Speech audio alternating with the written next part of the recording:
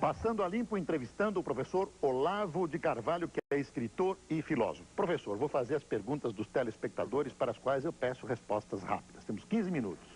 Olivier Joles, de São Paulo, pergunta: se o papel dos governantes, se o poder dos governantes é tão grande hoje, como explicar o caso Bill Clinton, Mônica Lewinsky? Bom, em primeiro lugar, o poder não é de cada governante em particular, mas do establishment, do sistema, do qual Bill Clinton não é senão um pequeno funcionário. Em segundo lugar, casos semelhantes de governantes que foram desmoralizados e derrubados por causa de conduta sexual irregular, isso aconteceu durante toda a história, tá certo?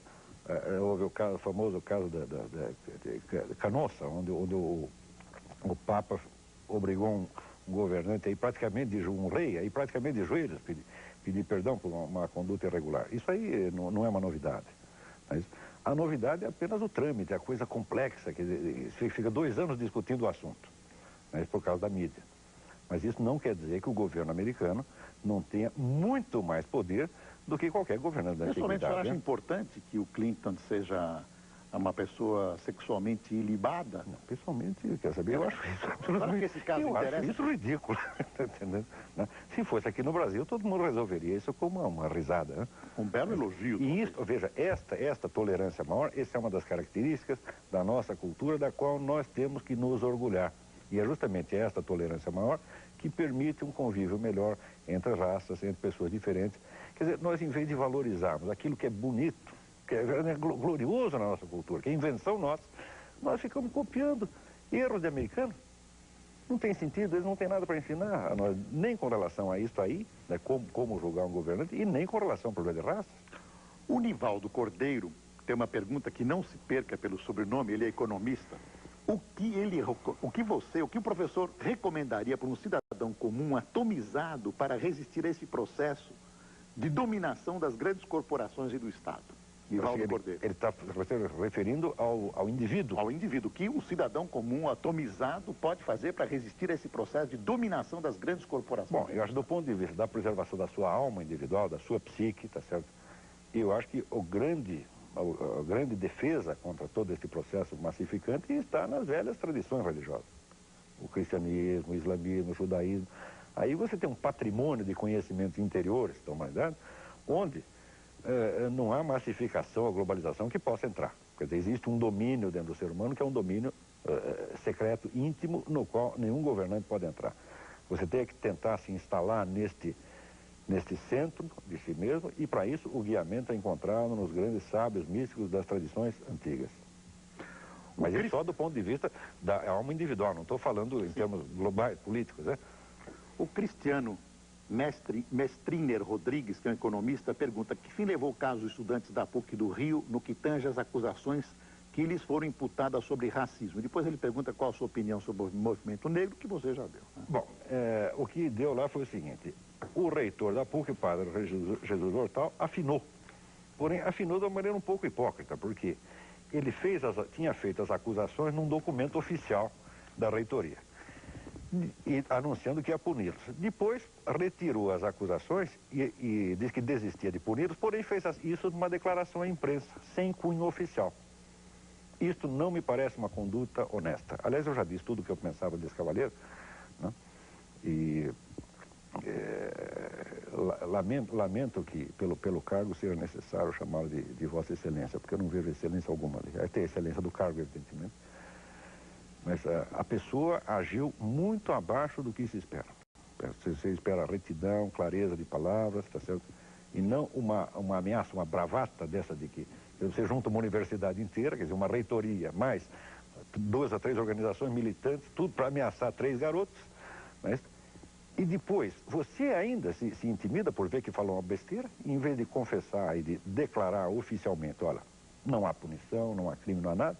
Não, apenas declara a imprensa, mas não assina embaixo. Isso não está certo. O Ricardo Martins, que está nos assistindo no Chile, eu não estou entendendo o nome da cidade, Iquique, ele é um brasileiro que vive há 3 anos no Chile. Ele pergunta: ele não acha que o problema brasileiro vai muito além disso, se não falta vergonha na cara por parte dos políticos brasileiros? É claro que vai muito além disso, apenas, tá certo? Eu responderia como Ortega y Gasset: que outros façam o seu mais como eu faço o meu menos. Quer dizer, o meu setor é assim, é a cultura, a vida intelectual, então eu me limito a falar daquilo que eu entendo e que é, vamos dizer, o meu território. Não venha pedir para mim um modelo de Estado, uma solução para o Brasil no século XXI, eu não tenho nada disso. Mas hoje em dia todo mundo tem, né? Quer dizer, todo mundo tem uma solução, tem uma fórmula de mundo, né? Uma forma de universo. Eu não tenho nenhuma. Eu apenas estou me referindo, vamos dizer, a problemas óbvios, quer dizer, sem nenhuma tentativa de enfocá-los globalmente, mas problemas que isoladamente chamam a atenção e que denotam no Brasil uma decadência da inteligência humana, uma decadência cultural verdadeiramente alarmante. Quer dizer, porque não é decadência da cultura, é decadência da consciência. Uma dificuldade que as pessoas, que a elite intelectual está tendo para inteligir, para entender o que se passa. E na medida que não entende, cai no emocionalismo barato, no facciosismo, tá entendendo? E no moralismo atroz. Tem uma pergunta longa aqui, interessante. O Bruno Bockman Moreira que nos manda. Professor Olavo de Carvalho, primeiramente meus cumprimentos pelos artigos que tenho lido do senhor na Revista República, Revista Bravo, Jornal Folha de São Paulo. Acerca de artigo recentemente publicado na Folha, contestando imaginada demonstração de racismo contido em expressões como, por exemplo, a coisa está preta. Pergunto porque geralmente só com relação à raça negra se descobrem supostas intenções preconceituosas. Até que ponto pode-se afirmar que existe preconceito e racismo no Brasil, partindo-se da definição desses dois vocábulos feita por Wilson Martins há algumas semanas no artigo semanal que escreve? O senhor despreza a filosofia marxista, nada se salva nela? Não, são duas perguntas, vamos por partes. Primeiro, o preconceito é uma coisa, o racismo é outra. Quer dizer, o preconceito é uma atitude interior que você pode carregar dentro dele sem que você jamais saiba. Eu acho que o preconceito é um direito humano. Todo mundo tem direito a ter preconceito quanto que quiser. Tem um monte de pessoas que têm preconceito contra mim, eu não acho que elas estão erradas, não. Se, para nós nos livrarmos... As que tem contra mim, eu acho que estão erradas. Estão erradas. Eu acho que estão erradas. Mas elas têm o direito de achar que isso é um preconceito seu. Tem o direito. Tá, quer dizer, o preconceito é simplesmente um resíduo da burrice humana. Nós não podemos fazer uma lei que proíba a burrice humana, que proíba a covardia, que proíba vamos dizer, a maldade interior, tá certo? Eu acho que é melhor conviver com um pouco de preconceito do que você fazer um super-estado que, a pretexto de proteger uns contra os outros, oprima a todos igualmente. Este é que é o grande problema. Quer dizer, eu não acredito no Estado mamãe que vai proteger todos os garotinhos, vai amarrar a mão de todos eles. Isso não é bom. Em segundo lugar, o Brasil não precisa disso. O Brasil já mostrou a sua capacidade de ser uma sociedade mista, onde as pessoas convivem sem violência, sem maldade. Quando se alega, por exemplo, a diferença de nível econômico entre a população de brancos e pretos, e se mostra isso como sinal de discriminação, de que isso prova apenas desconhecimento da história. Por quê? Entre a abolição dos escravos e o primeiro surto industrial, passaram-se 40 anos.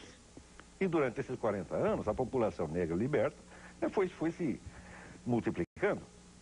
E não havia emprego para eles. Portanto, não foi que ninguém decidiu jogá-los fora, simplesmente não havia onde colocá-los. Isso nunca foi resultado de uma perseguição intencional. Porque se houvesse realmente ódio racial no Brasil, não haveria o nível de miscigenação que existe. O Mário Lopes, de São José dos Campos, São Paulo, pergunta: a psicanálise se tornou a principal ideologia da sociedade capitalista ocidental, sobretudo após o declínio do marxismo nos anos 60. Gostaria de saber como você enfoca o auge da ideologia psicanalítica, o que permitiria sua penetração na chamada inteligência e na mídia. Olha, essa questão da psicanálise sempre precisaria de tempo para discutir. Eu nunca levei muito a sério a psicanálise pelo fato de privilegiar de tal maneira o inconsciente do indivíduo, que esse inconsciente parece ter uma individualidade própria. Se você diz que uma parcela sua é inconsciente, isso significa precisamente que ela não passou pela filtragem da sua consciência. Em que medida você pode dizer que isto é uma parte da sua personalidade? Ou, ao contrário, isto é um resíduo impessoal, coletivo que está dentro de você? Portanto, eu não acredito que exista realmente um inconsciente pessoal nesse sentido. Quer dizer, cada um tem o seu inconsciente e o carrega onde vai. Quer dizer, o inconsciente é justamente aquilo que não está personalizado no indivíduo. Você não acredita em psicanálise, é isso que você está dizendo? Em alguma coisa, sim. Por exemplo, eu acho que o método da catarse verbal, isso existe. O que não funciona é, primeiro, a definição que o Freud dá do id-ego, superego, como um sistema, tá certo? No qual a consciência não tem o predomínio. Isso aí eu não acredito de maneira alguma. E segundo, na teoria do predomínio do impulso sexual, também não acredito de maneira alguma. A gente vê, na maior parte dos casos, eu seguiria mais um grande analista chamado Igor Caruso, quando ele diz com mais frequência nós vemos as pessoas reprimirem a sua consciência moral do que seus desejos sexuais. Olavo, respeitável amigo Olavo, pergunta o Sérgio Rabelo de Vitória, Espírito Santo, poderia falar algumas palavras sobre a astrologia tradicional como ponte de transformação do intelecto egocentrado para uma cosmovisão e espiritualização do homem? Bom, em primeiro lugar, a gente precisa ver que quando se fala de astrologia tradicional, você está se referindo à astrologia como sistema simbólico, mas, que é uma coisa que é universal e nada tem a ver com a prática astrológica divinatória que é corrente. O simbolismo astrológico está presente em toda parte e quem não o conheça não vai entender, por exemplo, a arquitetura gótica, a tapeçaria islâmica, não vai entender a Bíblia, não vai entender coisíssima nenhuma. Mas, aqui, como todo sistema simbólico, milenar, isso é uma coisa absolutamente indispensável, não só para você se conhecer a si mesmo, mas para entender a história humana. Professor Olavo, chegamos ao fim da nossa entrevista. Infelizmente, agora que nós começamos a esquentar e os telespectadores estão perguntando, eu vou passar às suas mãos também. Foi bom, enquanto durou. Esse monte de perguntas. Espero tê-lo aqui em breve novamente. Se Deus Muito obrigado, quiser, professor. eu responderei. Muito obrigado. Boa noite e até domingo que vem com mais um Passando a Limpo.